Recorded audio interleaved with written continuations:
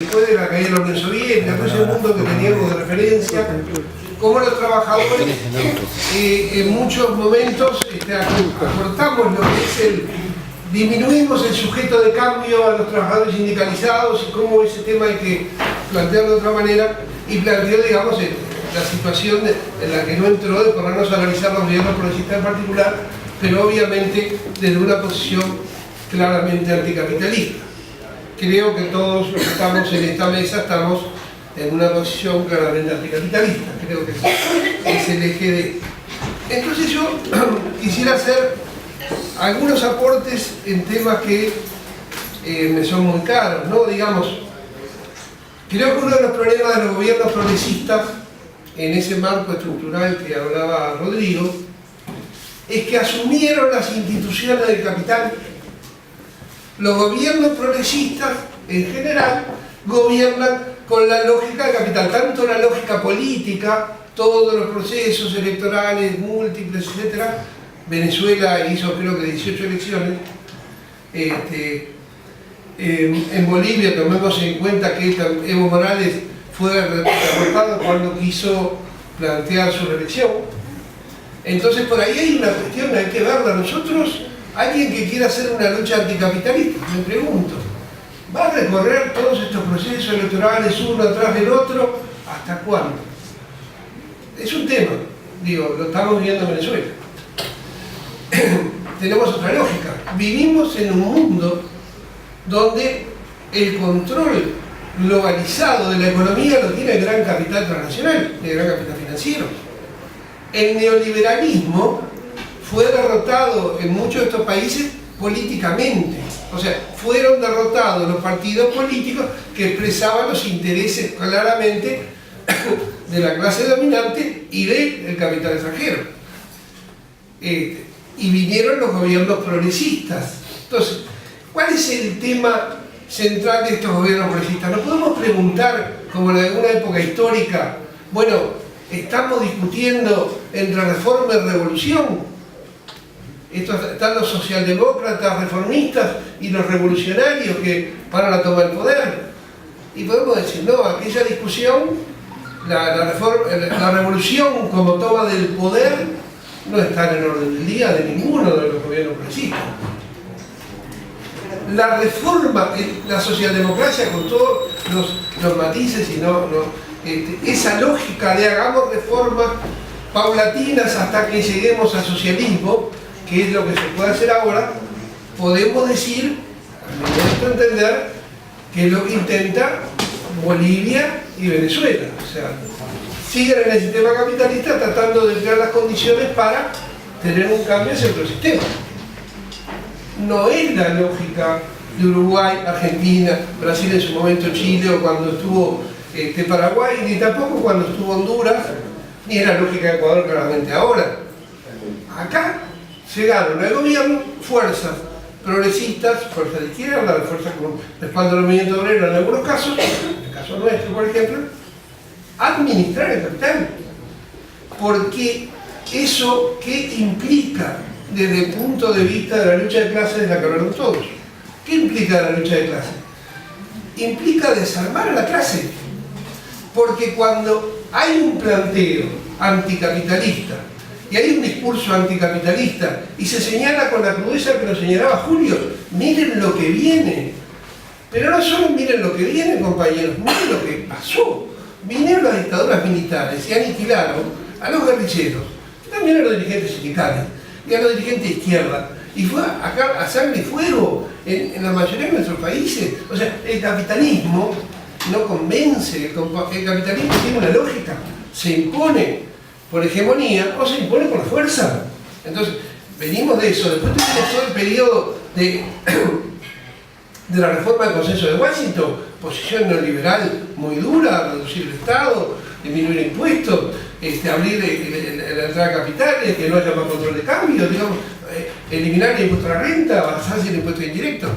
Luego vino la reforma de cambios institucionales del Banco Mundial, la autonomía para los bancos centrales, la autonomía para los diferentes organismos reguladores, la autonomía del gobierno.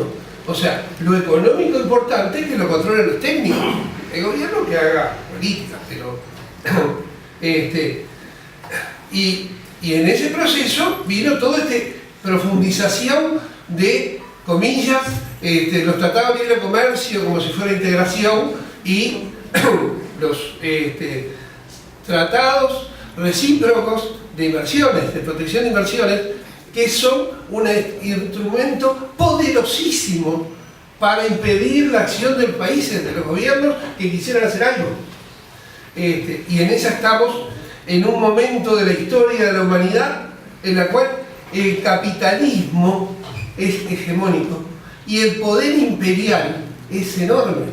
Y acá ya nadie puede, creo, quien lo quiera hacer que lo haga, yo no lo hago, imaginarse una China que no es más que otro imperio, que trata de imponer sus reglas de juego y juega en el espacio ese. Putin, nadie se puede imaginar que está impulsando algún cambio social. Hay contradicciones, puede haber, decir, bueno, Estados Unidos se frente a China, frente a Rusia, pero ya no es aquel mundo. Es entre potencias capitalistas o potencias que no lo quieren ser, digamos, pero hay un poder militar gigantesco en los Estados Unidos. Entonces, ¿cuál es la lógica que usaron estos gobiernos progresistas, digamos Uruguay? ¿Cuál es la clave del desarrollo de un país? Comillas, desarrollo, crecimiento, digamos. La inversión extranjera. ¿Qué hay que hacer para que la inversión extranjera venga? ¿Qué tenemos que entregar? Porque es eso.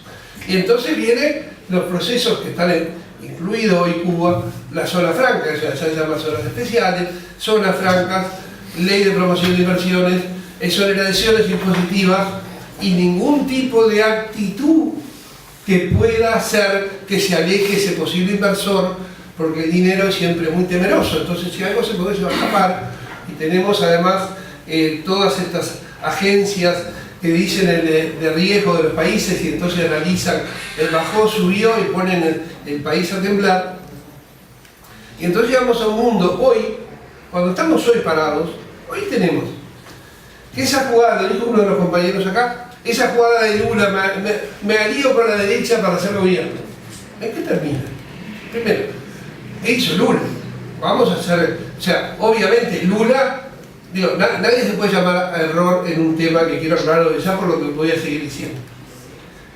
Entre un gobierno progresista que decía Rodrigo, bueno, cuando hacen la cuenta tiran un poquito más para este lado, entre un gobierno progresista como el nuestro, ligado a los trabajadores, donde puede cometer muchos errores, pero que en su primera etapa, sobre todo en el primer gobierno de Tabaré Vázquez, hizo una cantidad de reformas favorables a los trabajadores, hubo mejoras salariales, sigue habiendo, a pesar de ciertas cosas, ciertas mejoras salariales, se paralizó el tema de las reformas laborales, eso está congelado, muchas de las que se aprobaron no se están cumpliendo, pero bueno, eso no es el gobierno de Temer. O sea, ¿no?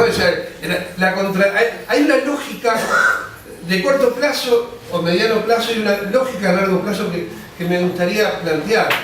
En la lógica de corto y mediano plazo, uno no puede elegir por la derecha, no puede elegir por los representantes del capital, no puede elegir por gente que tiene clara y notoriamente defensa de intereses que son contrarios a los nuestros.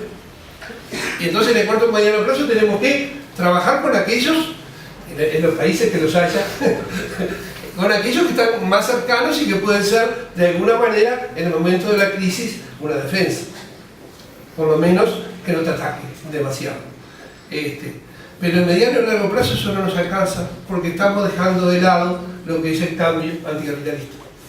Terminamos eligiendo el mal menor, el gobierno, aquellos gobiernos que nos dan soluciones a reivindicaciones que sostienen los trabajadores y que dan paliativos a sectores sociales que no son parte del mercado de trabajo, pero cuyo proyecto no está el socialismo ni nada que se le parezca. Lo vimos en Uruguay. ¿Alguien escuchó al presidente Tabaré Vázquez anunciar, o a Mujica, anunciar que el socialismo era el camino? Ninguno. Recuerda a Mujica diciendo que el socialismo era un tema para dentro de 50 años y que el objetivo era que no faltara un plato de comida en la casa de ningún uruguayo, ¿no? El tema ese de la lógica. Entonces ahí tenemos un problema los trabajadores. Nosotros tenemos que movernos en un espacio complejo en el que tenemos que preservar lo que se pueda de estos gobiernos que nos dan determinadas concesiones y determinadas medidas y a la vez tratar de forzar, impulsar el proyecto programático histórico de los trabajadores. Y ahí es donde creo que hay una problemática importante, porque cuando viene la crisis, hasta 5 minutos, cuando viene la crisis, ¿qué pasa? En los países donde hay una lucha ideológica importante, donde se fortaleció a la gente en la convicción de que esto es un proceso de cambio de mediano y largo plazo, donde hay conciencia, cuando viene la crisis la gente resiste. Y el gobierno, además, evita ajustar sobre la gente. Ahora, en los países donde no hay, en el caso uruguayo, ningún tipo de discurso ideológico de proyecto de largo plazo, cuando viene el ajuste, la gente, ¿qué se hizo? Lo que Mujica critica siempre, pero bueno, en Uruguay es así, el mundo, el consumismo. Cuando la gente ve que puede consumir menos, no recuerda cuál es la fuerza política que le dio más en el último, sino que lo que recuerda es que estoy teniendo menos, y sobre todo los sectores de clase media, y se van a volcar hacia el otro lado. Y además, cuando hay gobiernos que ayudan a ese proceso, pero llevando políticas de ajuste sobre los trabajadores, porque no nos vamos a olvidar acá en Uruguay que hubo un ajuste salarial en el IRPF que lo hizo este gobierno el año pasado.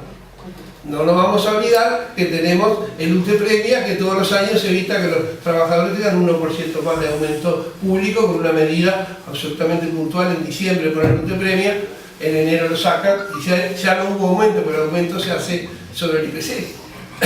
No nos vamos a olvidar que tenemos una inflación futura de 5% clavada desde el año que se aplicó la inflación futura, cuando hemos llegado a tener inflación del 9%. Y todo eso tiene que ver con los salarios y la vida de los trabajadores.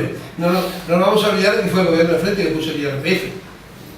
No nos podemos olvidar de nada de eso. El tema es complejo, políticamente complejo. ¿Cómo nosotros, como trabajadores, como organizaciones de trabajadores, trabajamos en ambos frentes? Lograr, por un lado, frenar el ajuste, tratar de revertir estas políticas y a su vez trabajar en crear conciencia. Y conciencia, compañeros, lo digo con total pena, no es decir al final de cada acto de PIT-CNT por una sociedad sin explotados y explotadores, es mucho más que eso. Y eso es lo que nos está faltando, creo que nos está faltando.